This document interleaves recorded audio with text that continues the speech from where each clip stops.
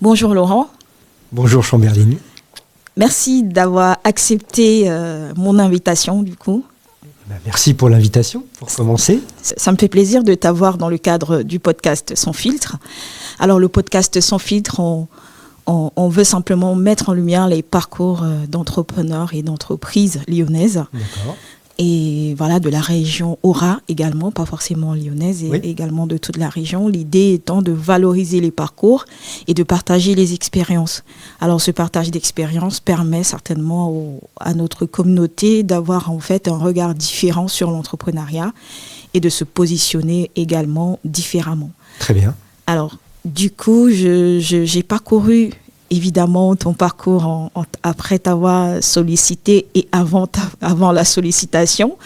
Et je me suis rendu compte que tu as un parcours très riche d'expériences. Merci. J'étais d'ailleurs très ravie que tu puisses accepter de nous partager la richesse de ton expérience, de ton parcours à l'étranger, en France. Et donc j'aimerais bien, si tu veux, que tu puisses nous dire qui tu es. Que tu puisses te présenter globalement sur qui est Laurent. Et Ça ensuite, on déroulera ce que tu fais, évidemment, tout au long de cet échange. Ok, très bien, Chamberline. Écoute, merci encore une fois de m'avoir invité et de me donner cette chance de participer au podcast Sans filtre. Merci. Je dois avouer que c'est mon premier podcast. Donc, voilà. Ça me fait Il faut une plaisir. première atout, tu vois. On peut attendre le nombre d'années. Il y a toujours des premières. Tout à fait. Voilà. Pour me présenter rapidement, donc, je suis Laurent Grosmougin. Mon métier, c'est d'accompagner les PME industrielles et les startups en expansion pour leur faire gagner des marchés internationaux. D'accord. Voilà. Okay. J'ai donc 30 ans d'expérience dans l'industrie automobile mondiale, dont 12 ans passés aux États-Unis, en fait, où j'ai commencé ma carrière. Et puis, je suis en train de lancer donc mon activité. Je suis en plein dedans, que je compte appeler, pour le moment, c'est pas définitif, mais que je compte appeler Indigo Axis Partner. On pourra reparler de pourquoi ces termes. Et donc, l'objectif, c'est d'accompagner les dirigeants, encore une fois, de PME industrielles et de start-up en expansion, à s'ouvrir sur le monde. Ok. Voilà, de les accompagner avec méthode, avec discipline et dans l'opérationnel. C'est pareil, j'en reparlerai, je veux être dans l'action. Voilà. Super, merci Laurent pour cette présentation. Alors, je regardais la manière percutante avec laquelle tu résumes ton parcours de Détroit à Shanghai à Lyon. 30 ans d'industrie, 3 continents, une mission, faire gagner des marchés à l'international. Ça résume bien ce que tu viens de dire, mais ce que je voudrais que tu nous dises, c'est comment ce fil conducteur, en fait, s'est-il construit au fil de ta carrière, notamment, tu nous as dit plusieurs années aux États-Unis, donc tes débuts aux États-Unis, tes premières expériences à l'international, globalement, si tu veux, pour faire plus simplement, ta trajectoire académique et professionnelle, comment s'est-elle faite ? D'accord. Alors là, on va revenir un peu en arrière. Tout à fait. Donc j'ai parlé de 30 ans d'expérience, voilà. Comment dire ? Alors pour résumer un peu rapidement quand même, moi je suis originaire de Besançon, donc dans l'est de la France. J'ai fait mes études jusqu'au bac. D'accord. Et puis en fait, très tôt quand même dans mes études supérieures, j'ai été appelé par l'international. J'ai commencé par des études techniques. J'ai fait un DUT en génie électrique et informatique industrielle. D'accord. Mais déjà à cette époque-là, j'ai fait mon stage de 2e année aux États-Unis en fait. Okay. J'ai fait mon premier voyage aux États-Unis quand j'avais 19 ans. Okay. Et puis j'y suis retourné l'année suivante donc pour faire mon stage de DUT. Okay. Où là, ça a été une immersion totale pendant 2 mois, sans parler français quasiment. J'ai dû appeler mes parents 2 fois, je pense, pendant les 2 mois pour leur dire que j'étais toujours là et que tout se passait bien. Et voilà, donc une vraie immersion. Au bout de, je pense, d'une semaine, 10 jours, je rêvais en anglais. Voilà, parce que j'étais vraiment plongé. J'avais la chance d'habiter chez une dame très sympathique aussi, avec laquelle je pouvais discuter, plus au travail. Donc vraiment, encore une fois, l'immersion totale. Et là, j'ai su que c'était ce que j'aimais, ce qui me faisait vibrer. Et j'ai ensuite enchaîné. Donc j'ai ensuite fait une école de commerce spécialisée en B2B. D'accord. J'ai fait un stage en Allemagne. Okay. Et puis j'ai trouvé mon premier job dans une société japonaise, dans ma ville natale Besançon. Donc comme quoi on peut faire de l'international même depuis chez soi. Voilà. Et puis là ça a été vraiment encore une fois le déclic. En fait, comme je cherchais un travail temporaire, je suis rentré en tant qu'ouvrier. Et très rapidement j'ai été remarqué, je vais dire, par le directeur japonais, le directeur américain qui travaillait là. Et ils m'ont embrigadé pour m'occuper d'un client en Allemagne. Et c'était pas parce que je parlais la langue, je parlais un petit peu allemand, mais vraiment pas bien, mais plutôt parce que j'avais cette capacité à écouter et à comprendre les différentes cultures business. Et donc à piloter des projets et à résoudre des problèmes qui pouvaient paraître simples en fait, mais il y a toujours le côté humain, les différences culturelles, et a priori j'avais déjà une facilité que j'ai ensuite développée en expertise. D'accord. Qu'est-ce qui fait que tu décides de revenir en France ? C'est la famille avant tout. En fait, commencer notre carrière, j'ai dit notre parce que ma copine à l'époque, avant qu'elle devienne ma femme, est arrivée 6 mois après moi. Voilà, donc l'amour indéfectible était déjà là. Ça dure depuis 29 ans. Wow. Le mariage depuis 29 ans, ça dure depuis plus longtemps que ça en fait. Et un gros avantage de commencer notre carrière aux États-Unis, je parlais pour moi quand même, c'était en tant que jeune en tout cas, c'est qu'aux États-Unis, prime avant tout l'efficacité. D'accord. C'est quelque chose que j'ai découvert vraiment tout de suite. Je m'en suis rendu compte tout de suite. Encore une fois, alors il faut se projeter 30 ans en arrière en France. En tant que jeune au travail, on respectait le cadre. Le supérieur était le supérieur. Voilà. Et on faisait ses horaires, on suivait une routine quelque part. Alors qu'aux États-Unis, donc pour en finir, en France, on était jeunes débutants, on était traités en tant que tels, et on ne se permettait pas d'intervenir, on restait à sa place. Je vais dire ça comme ça. Alors qu'aux États-Unis, on fait sa place. Peu importe le nombre d'années, l'expérience, l'âge, d'où on vient. Quand on se retrouve dans une situation où il y a un besoin, une demande, c'est soit on y répond, soit on n'y répond pas. C'est très binaire quelque part. Si on n'est pas la bonne personne au bon moment, ça s'arrête tout de suite. Donc c'était une chance, en tant que jeune, de pouvoir créer en fait l'opportunité. Alors ça n'a pas marché à tous les coups, je ne vais pas dire ça. Mais ça me permettait de rencontrer des dirigeants d'entreprise, et du moment que j'avais quelque chose à dire qui les intéressait, un service, une offre qui les intéressait, ils étaient à l'écoute. Ok. D'accord. Peu importe si j'étais un Français de 25 ans, avec l'accent où il fallait qu'ils fassent un effort. C'est une culture différente quand même, complètement différente. Oui, il y a un côté vraiment efficacité, alors qui peut être...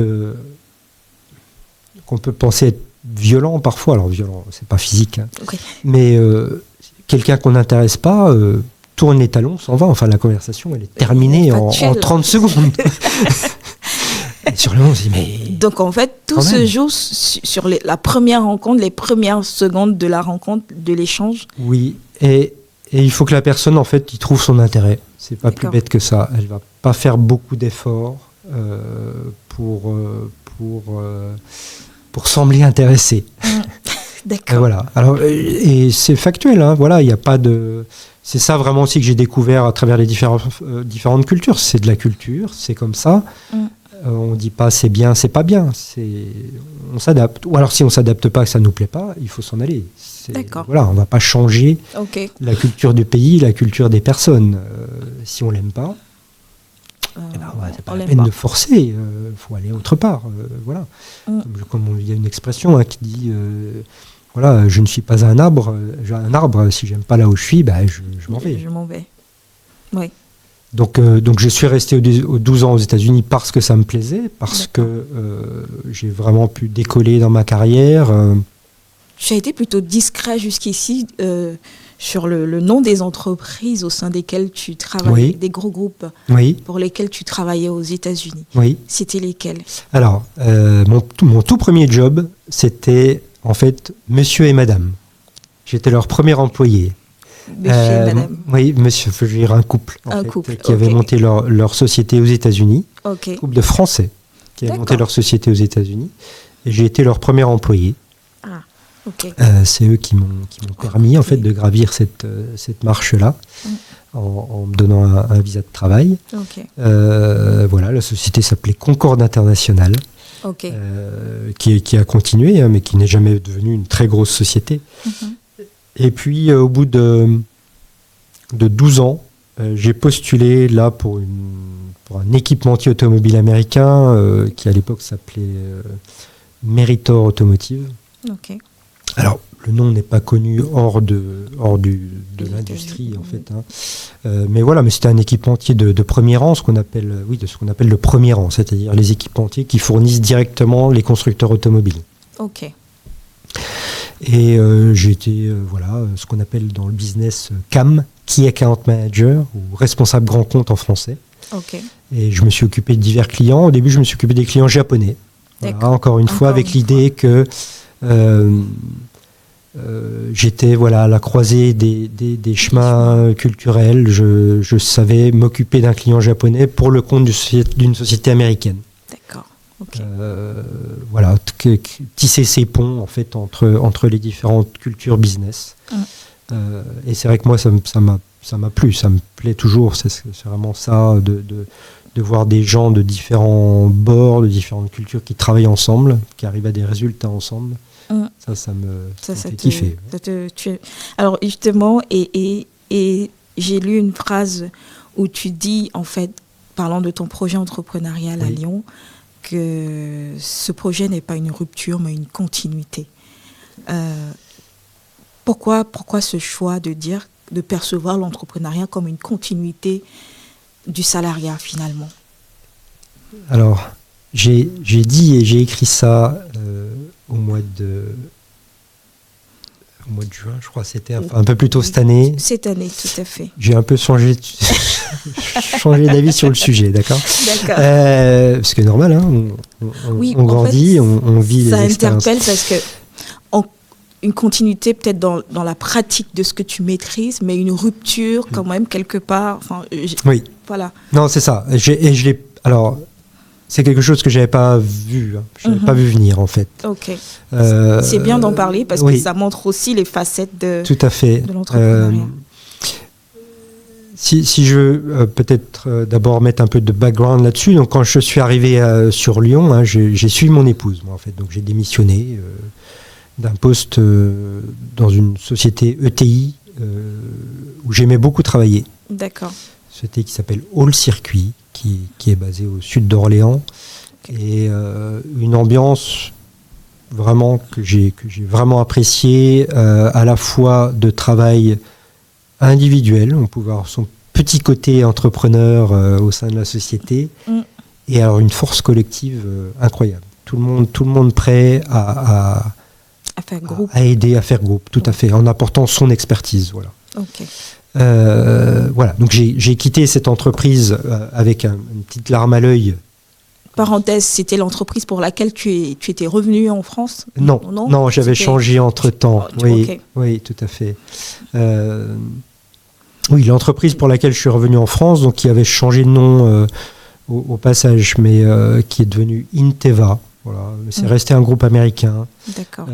Et puis ensuite, ce groupe a connu des difficultés en Europe surtout, à partir des années 2018 par là, a commencé des plans sociaux. Voilà. Et puis donc moi, j'ai fait partie du 3e ou 4e plan social, je crois, à force. Et donc j'ai rebondi en fait dans l'industrie automobile, d'abord chez Hutchinson, qui fait partie du groupe Total. Et puis, mais je suis pas resté longtemps parce que justement j'ai trouvé cette opportunité pour All Circuit, qui est une ETI, donc une entreprise de taille intermédiaire. Et j'avais envie de descendre. Alors descendre, c'est pas, c'est dans l'image, mais de la taille de la société. Et j'ai vraiment trouvé mon compte, justement, avec un côté beaucoup plus humain, c'est facile à dire, mais de proximité avec les dirigeants. Et donc, voilà, et donc j'ai fini par démissionner, bien que je me plaisais vraiment dans ce travail, pour suivre mon épouse, voilà, parce que entre mon travail et mon épouse, il n'y avait pas photo non plus. Et c'est là que je suis arrivé sur Lyon. Entre guillemets, en reposant ma petite valise, mais cette fois-ci avec une famille, enfin sans les enfants, parce que les enfants sont grands. Et là, par contre, j'ai décidé de prendre le temps. Sur le moment, je rembobine. Sur le moment, je suis parti à me dire, bon allez, en gros, j'ai encore 10 ans à travailler, je vais repartir, qui est account manager, responsable grand compte, allons-y, 10 ans, ça va passer vite. Et puis en passant les entretiens, tout ça, j'ai vu qu'il y avait quelque chose ça n'allait pas. L'étincelle n'était pas là. Donc j'ai fait une pause. J'ai pris le temps. J'ai fait un bilan de compétences, voilà, histoire de prendre le temps de réfléchir, le temps de la réflexion. Et je me suis dit, qu'est-ce que je veux faire en fait pour cette dernière tranche de vie ? Je me suis dit, voilà, j'aime l'industrie, j'aime le côté commercial dans le côté humain, faire des rencontres, chercher à faire des deals, non pas dans le deal de gagner de l'argent, mais dans le deal de répondre à un besoin, une attente, d'apporter la bonne solution. C'est ça que j'aime. Et je me suis dit, voilà, donc finalement, je veux continuer, mais j'aimerais bien faire quelque chose de différent quand même. Donc, qu'est-ce que je pourrais faire de différent ? Et c'est là qu'est née l'idée de le faire en tant qu'indépendant dans l'entrepreneuriat. Et au début, je me suis dit, ce n'est pas une rupture, c'est de la continuité, je vais faire mon travail, ce sera pareil, ce sera juste un peu le cadre différent. Et non, pas du tout. Non, pas du tout. Non, ça reste... alors, le métier en lui-même, effectivement, ça reste le même. Mais l'environnement est tellement différent, de passer d'un statut de salarié, pour des grosses sociétés, donc il y a toute une machine en fait derrière soi, qui fait que quand on arrive le matin au bureau, on se pose pas 50 questions. Enfin, je veux dire, le bureau est là, le téléphone est là, le PC est là. Si le PC à la limite ne démarre pas bien, allô, service informatique, faut débouler tout de suite parce que moi j'ai pas que ça à faire. Enfin, voilà. Maintenant on se retrouve tout seul. Donc moi pareil pour mon environnement. Le PC marche pas ce matin, qu'est-ce que je fais ? Et puis quand je me présente à une société, ce n'est plus au nom d'une société. C'est d'abord et avant tout moi. Laurent Grosmougin. Ça change vraiment ça change tout. Ça change tout. Et parlons de ton expertise concrète au sein des sociétés que tu accompagnes. Que fais-tu concrètement pour les entreprises qui font appel à toi aujourd'hui ? Pour le résumer, en une phrase, je suis leur moteur export externalisé. D'accord. C'est très technique, peut-être plus... Donc, je suis leur leur bras, leur exécutant, pour utiliser un terme très simple, l'exécutant de la stratégie à l'international. Donc, mon but, c'est de leur faire gagner des marchés à l'international, de faire signer des contrats à l'international, de récupérer du chiffre d'affaires à l'international. Là derrière, il y a toute une construction. Alors moi, j'aime co-construire avec les dirigeants. Je ne suis pas là pour faire à leur place. Et puis de toute façon, ce sont les dirigeants, ce sont eux qui ont la maîtrise de leur navire, c'est ce sont eux le capitaine du navire. Donc moi je viens en tant que second, en tant que lieutenant. Donc j'aime co-construire la stratégie avec eux, et puis ensuite développer une feuille de route et la mettre en œuvre. Donc vraiment passer dans l'opérationnel, dans le faire, dans être sur le terrain. Donc je prospecte, j'identifie les prospects, les clients, je relance, je négocie, je trouve des partenaires si c'est la bonne solution, jusqu'à la signature de contrat. L'aboutissement, c'est la signature d'un contrat. D'accord. J'ai eu la chance d'avoir un premier client rapidement. Donc ça m'a vraiment mis le pied à l'étrier, mais aujourd'hui ça ne suffit pas, donc il faut que je trouve d'autres clients également. Ok. Justement, je voudrais qu'on reste un peu sur ton expertise.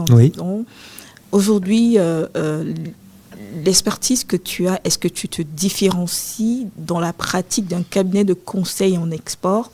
Je souhaite, enfin depuis le début d'ailleurs, c'est aller au-delà du conseil. C'est vraiment mettre en œuvre et faire partie ce que j'appelle opérationnel, c'est-à-dire sur le terrain, dans l'action de la solution. Donc oui, j'aime la partie conseil, j'aime la réflexion pour se dire quelles sont les opportunités, comment les aborder, qu'est-ce qu'il faudrait mettre en place. Par contre, je souhaite vraiment, si je signe une telle mission, par exemple avec une société, on peut dire que c'est le premier volet, je souhaite vraiment derrière faire partie de l'équipe qui va réaliser le travail, qui va exécuter en fait ce plan. Pas simplement te limiter au conseil, mais tout à fait. Participer à l'exécution de... Ok. Te dis-tu aujourd'hui que la société française est réceptive à ta compétence, par exemple ? Ça, c'est peut-être une autre question sous-jacente. Très bonne question. Que je me pose pour mon business, bien sûr. Oui. Est-ce que tu te dis, à ce stade de l'évolution de ta création d'entreprise, la société française est-elle réceptive à ces compétences, finalement, que je leur apporte, après une expertise bien aiguisée ? Ou alors... j'ai plus le sentiment qu'un environnement comme les États-Unis aurait peut-être été plus accueillante, parce que de tous ces environnements que tu as côtoyés, comment te positionnes-tu par rapport à la société française ? J'ai pas encore la réponse en fait par rapport à l'économie, on va dire française, par rapport à l'industrie française, mais j'ai aussi l'impression. Je ne vais pas en faire une étude statistique, c'est pas l'INSEE, je suis pas l'INSEE, mais j'ai une impression que le métier de freelance, alors on peut l'appeler freelance, indépendant, entrepreneur, la façon dont on veut, sont un peu des synonymes quelque part. Cette activité externe n'est pas encore forcément très développée, en tout cas pas dans mon domaine, je trouve, dans le domaine commercial. Alors il y a bien sûr il y a le représentant commercial, qui est effectivement quelqu'un qui est multicarte, mais hors de ce job très particulier, j'ai pas l'impression que c'est encore très développé de faire appel à une personne extérieure pour son service commercial, pour son action commerciale. Quand tu fais la comparaison aujourd'hui entre cette collaboration avec les grands groupes qui étaient, à laquelle tu étais habitué quand tu travaillais justement pour les entreprises internationales, et travailler pour les PME aujourd'hui, quelle différence ça fait pour toi entre les deux ? Alors la plus grosse différence, qui est la plus évidente, j'ai envie de dire, c'est la proximité avec les dirigeants. D'accord. Comment travailler ensemble. Et pour moi, il y a toujours cette partie de respect aussi à ne jamais oublier. C'est-à-dire que c'est comme la pratique de la porte ouverte dans son bureau. D'accord, un manager qui laisse sa porte ouverte en disant voilà, tout le monde est le bienvenu à tout moment. Je fermerai ma porte vraiment le jour où je suis au téléphone. Voilà, j'ai besoin vraiment de l'intimité, mais sinon, n'hésitez pas. Ça ne veut pas dire qu'à tout moment, on peut pousser la porte ou venir en disant à raconter le potin qui n'intéresse pas forcément le manager ou le directeur, ou alors de venir avec une litanie de problèmes sans solution. Il faut savoir venir avec des solutions. Alors, on n'a pas forcément trouvé la bonne. Voilà, donc on commence en exposant le problème, il n'y a pas de souci avec ça, mais on ne peut pas s'arrêter là. Et donc, il y a, avec la proximité qu'on peut avoir dans des PME, dans des petites entreprises, il ne faut pas oublier ce dimension, voilà, de respect avec le président, la présidente, avec les différents directeurs, parce qu'on a, voilà, on a chacun nos responsabilités. Donc, c'est pas de maintenir, je veux dire, l'objectif, c'est pas de maintenir une distance, c'est pas une histoire de distance, mais c'est une histoire de respect et de savoir s'adresser à ces personnes quand il le faut. Voilà, quand il faut, ça peut être une blague une fois, ça le fait. Hein, je veux dire, faut pas s'apesantir non plus. Mais c'est pas à tout bout de champ, et quand c'est professionnel, c'est professionnel, justement. C'est ça. D'accord. Il faut rester professionnel à tout moment. Ok. Et quelle est ta démarche d'identification des PME et des startups aujourd'hui? Alors, il y a pas mal d'opportunités, parce que alors, quelque part, la cible est large, elle est immense. Enfin, c'est un océan. Donc, voilà. Donc, nager au milieu de l'océan, on ne va pas bien loin, généralement, malheureusement. Donc, il y a beaucoup d'opportunités. Pour le moment, ce que j'ai vu qui marchait bien, ce sont les salons. D'accord. De pouvoir rencontrer, voilà, les personnes sur place. Pour en revenir un petit peu à la discussion précédente sur les sociétés françaises, enfin les différences, j'ai encore une fois, c'est une impression aujourd'hui, je ne peux pas dire que c'est confirmé, définitif, mais j'ai l'impression d'avoir plus de traction avec des sociétés étrangères, voilà, qui veulent se déplacer en France, qui veulent se développer, en France,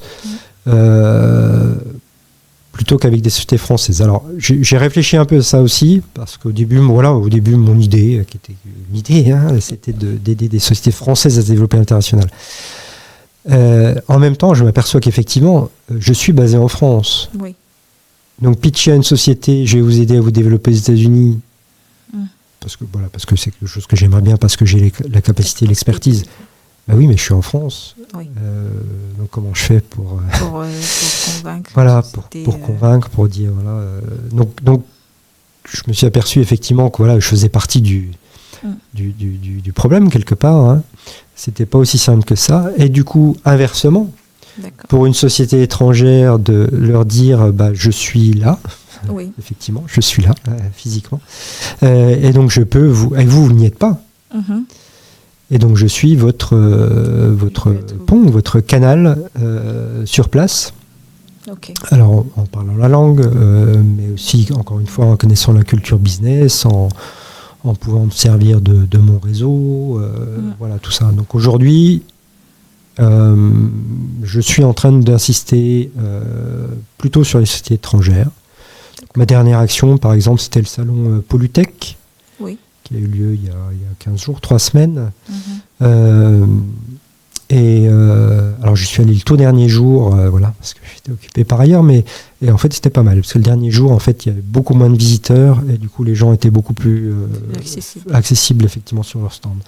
Et j'ai notamment rencontré plusieurs entreprises coréennes. Il y avait un pavillon coréen, et ça, en fait, je me suis rendu compte aussi que c'était une bonne cible, puisque c'était de petites sociétés, puisqu'elles étaient là, accompagnées par une administration coréenne qui leur a permis de venir sur ce salon. Probablement qu'ils ne seraient pas venus en tant que société individuelle, ils n'auraient pas eu forcément les moyens ou l'idée d'investir dans un stand pour eux-mêmes. Okay. Et donc là, j'ai fait le tour du stand, ça s'est très bien passé dans les discussions, donc maintenant je suis en train de relancer justement. Okay.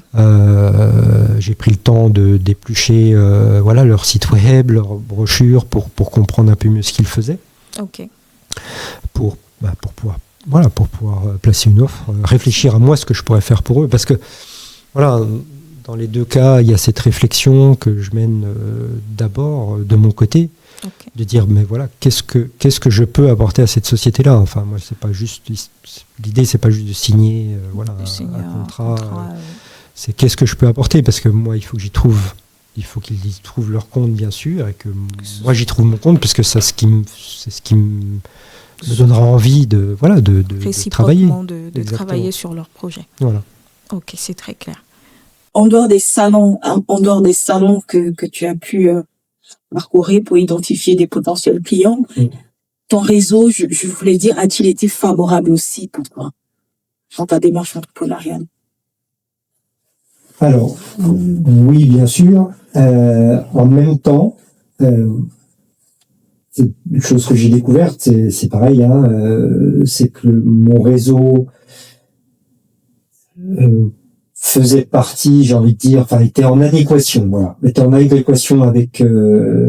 avec mon statut, de salarié dans ces grandes entreprises, et donc n'est pas forcément en adéquation avec mes nouvelles fonctions d'entrepreneur. Exactement. Et donc c'est là, en fait, effectivement, on en revient un petit peu au point précédent de il n'y a pas de rupture, ici il y a quand même des éléments de rupture. Voilà. De révolution en tout cas. Est-ce que ça coûte plus cher finalement à ces entreprises de t'avoir comme entrepreneur que salarié? Par rapport à salarié, d'un point de vue purement financier, je ne suis pas sûr. Je pense pas. Après moi, l'avantage que j'y vois, c'est l'aspect ponctuel, c'est-à-dire que je reviens à l'idée du salon parce que c'est quelque chose qui me trotte dans la tête depuis un petit moment là. Le salon pour n'importe quelle société, c'est un gros effort ponctuel, gros effort pour l'organiser en amont, pour le faire pendant la durée du salon, et puis normalement gros effort après le salon, parce qu'en fait faire le salon quelque part, j'ai envie de dire comme ça, mais c'est un peu le moment fun, mais c'est surtout ce qui se passe, j'ai envie de dire, après le salon qui est important. Et cette partie-là, je suis pas sûr qu'elle soit forcément bien faite, parce que moi je l'ai vécu en tant que responsable de compte. Si j'allais sur le salon pendant 3 jours, 4 jours, 5 jours, s'il y avait un déplacement, pendant ce temps-là, je faisais pas mon travail au bureau. Forcément. Donc dès que je revenais la semaine suivante, il y avait tout ce qui me tombait dessus. Et puis le suivi du salon, il faut que je fasse le suivi du salon. Pendant une semaine, pendant 2 semaines, puis un mois après, le salon. Donc en fait, ça se cumule à la charge déjà de travail. Donc je me dis que je peux apporter une vraie valeur ajoutée en renfort pendant le salon. Alors c'est un exemple, ce salon, mais ça me paraît un exemple assez convaincant. De dire moi je peux être là en support. En ressources complémentaires, à la fois pour mieux préparer le salon, donc avoir plus de visiteurs potentiellement, ou en tout cas des visiteurs qualifiés, de rendez-vous organisés pendant le salon, et puis derrière de faire toute la partie suivi. D'accord. C'est exactement ce que j'apporte à mon client aujourd'hui. Mon client, donc c'est une société indienne qui typiquement tous les ans, j'ai envie de dire ou presque, venait faire un salon en France, donc dernièrement Global Industrie qui est au mois de mars là à Lyon. Ils viennent, ils mettent les moyens, il y avait pas mal de stands, il y avait le président de la société qui était là, se passent les 3-4 jours, après ils remballent, ils repartent. Qu'est-ce qui se passe véritablement derrière, je sais pas. Aujourd'hui, j'ai rencontré donc le président sur le stand. D'accord. Je lui dis moi je suis là, je peux faire toute la partie suivi, prospection derrière le salon, et c'est ce que je fais pour eux aujourd'hui. Très bien. Donc il y a une continuité, c'est pas juste l'effort du salon, c'est la continuité dans la durée. Et en B2B, sans la continuité, on fait pas grand-chose. On peut éventuellement décrocher, on peut décrocher un business quand toutes les planètes étaient alignées, mais ça fait pas de la récurrence. D'accord, très bien. J'aimerais maintenant qu'on puisse parler de l'écosystème lyonnais, l'écosystème entrepreneurial lyonnais plus précisément. j'ai vu que tu avais participé enfin, tu as intégré une pépinière, la CCVG, et dans le cadre du programme Émergence de RAPEPS. Oui. Alors, comment décrirais-tu cette expérience au sein de cette pépinière? Que t'a-t-elle apporté finalement cette expérience au sein de cette pépinière? Avant d'entrer dans les détails, je vais dire tout de suite que ça a été l'accompagnement avec ORAPEPS et plus particulièrement donc la pépinière de CCVG. C'est ce qui en fait m'a poussé dans le vide de l'entrepreneuriat, ou c'est ce qui m'a mis, ce qui a vraiment allumé le feu. Juste pour revenir très rapidement, donc j'ai dit que je suis arrivé sur la région lyonnaise, voilà, je me suis posé un moment pour savoir ce que j'avais envie de faire. Il y a eu cette idée d'entreprendre, mais c'est vraiment concrétisé, en tout cas, grâce à cette émergence. J'étais là au bon moment, au bon endroit. J'ai rencontré Mathieu Brousse de la pépinière de la CVG au salon Go Entrepreneur. D'accord. Donc il y a un an. Lui, il m'a parlé d'un rendez-vous café à la pépinière. J'y suis allé. Là, quelqu'un de la pépinière m'a parlé de ce programme émergence qui n'était même pas encore signé, qui était en cours. Il m'a demandé si j'étais intéressé, au cas où ça se fasse, que je serais intéressé à pitcher pour l'intégrer. J'ai dit oui, et puis ça s'est fait. J'ai fait mon pitch, j'ai été intégré, et c'est ça en fait qui a été vraiment l'élément déclencheur finalement. D'accord. Voilà. Donc pour remettre ça en perspective, après, ce que l'accompagnement m'a apporté, c'est avant tout une feuille de route. C'est marrant parce que c'est ce que je propose en société que je vais accompagner. Mais là, c'est moi qui ai reçu la feuille de route avec des jalons. Parce que j'ai vu que moi, quand j'ai essayé un petit peu au début de faire tout seul, c'était brouillant. Dans la même journée, je faisais de la prospection, je faisais qui sont mes cibles, mes personnalités, enfin voilà, un petit peu partir de droite, de gauche, un peu dans tous les sens, puis finalement, c'est pas qu'on fait rien, c'est pas qu'il n'en ressort rien, mais voilà, ça reste brouillon, un peu désorganisé, c'est pas efficace. Là, grâce à l'accompagnement, voilà, c'était cadencé, des réunions régulières, et puis là, alors vraiment le top du top pour moi, ça a été le collectif. Je suis arrivé sur Lyon, je connaissais très peu de monde. Là, on instant T, en une journée de lancement, que tu as vécu il y a pas longtemps, j'ai rencontré 50 personnes qui ensuite en eux-mêmes m'ont fait rencontrer des personnes. Enfin, c'était un effet démultiplicateur incroyable. Tout à fait, c'est un réseau qui est facilitateur finalement de l'écosystème, et il a toute sa place parce que il pourrait y avoir un sentiment d'isolement à Lyon. D'ailleurs, c'est l'une des raisons de ce podcast, c'est de mettre aussi en valeur des réseaux qui nous aident à nous structurer, parce que ce sentiment d'isolement, il envahit beaucoup d'entrepreneurs qui parfois échouent simplement parce que ils étaient seuls. Donc c'est un point pour moi que j'approuve beaucoup, que je perçois comme une solution efficace à la démarche entrepreneuriale. Comme tu disais, moi pareillement, j'ai intégré le réseau en 2 jours. C'est des personnes qui se rencontrent, c'est des contacts qui se créent, et puis voilà, et ça ouvre des perspectives également. Oui.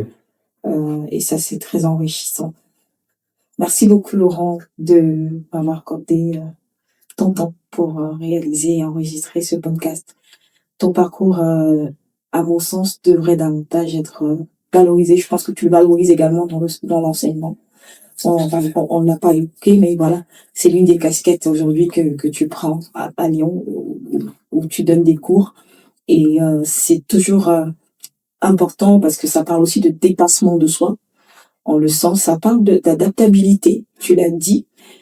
Ça parle de curiosité parce que en réalité, ta démarche entrepreneuriale stimule chez des entreprises ou des startups, surtout à Lyon, cette volonté d'aller voir comment on pourrait travailler avec d'autres structures ailleurs.